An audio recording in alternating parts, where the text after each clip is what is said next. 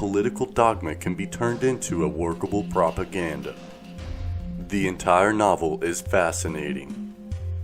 George Orwell's home run hit for most people is 1984, an incredibly accurate portrayal of our world published 68 years ago in 1949. This story is set in Great Britain, which was called Airstrip 1 and was under the control of Oceania. Oceania is the superstate the main character lives in and is composed of the Americas, the British Isles, Iceland, Australia, New Zealand, and Southern Africa. This novel tells the grim tale of the Big Brother surveillance state in which every citizen is under the constant surveillance of authorities. One of the main methods of this surveillance is the television, known as the telescreens in this novel. This was all wrote about in 1949, long before the invention of any smart TV, which now litters our homes today. Another major theme of 1984 is censorship, where the Ministry of Truth suppresses information and rewrites stories, even edits photos to fit what the control system wants. A story all too similar in today's world of Photoshop and fake news. In the book 1984, the language was called Newspeak, and this was designed to limit freedom of thought, personal identity, self-expression, and free will.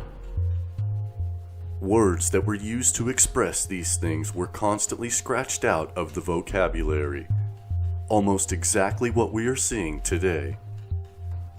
Doublethink was a term used in the novel for contradictory terms that were used to keep people confused, with slogans like war is peace, freedom is slavery, and ignorance is strength. Today we use slogans like the war on terror, freedom fighters, and genderless.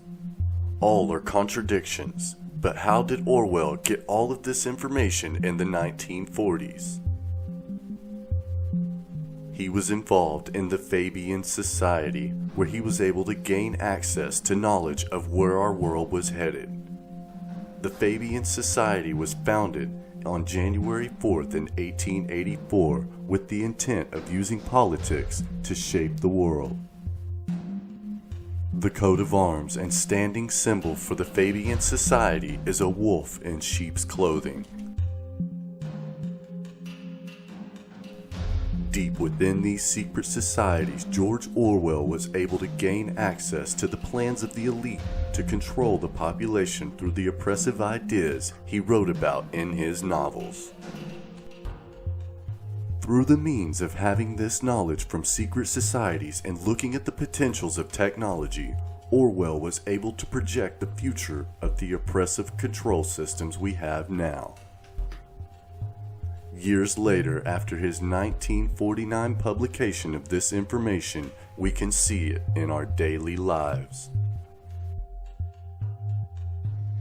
I think that allowing for the book being, after all, a parody, something like 1984 could actually happen. This is the direction the world is going in at the present time. In our world, there will be no emotions except fear, rage, triumph, and self-abasement. The sex instinct will be eradicated. We shall abolish the orgasm. There will be no loyalty except loyalty to the party.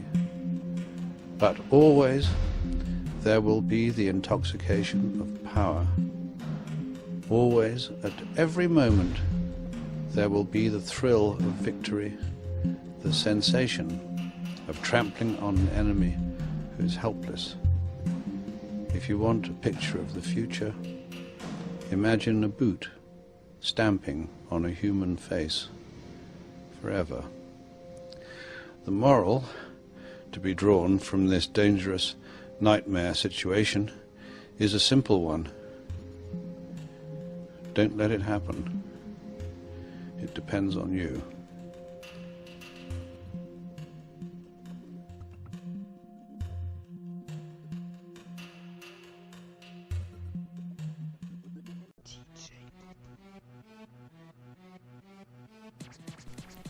Hey guys, thanks for watching. Leave us a comment down below. If you like what we're doing here at Info Squad, hit that subscribe button, hit that like button, and we'll catch you in the next video.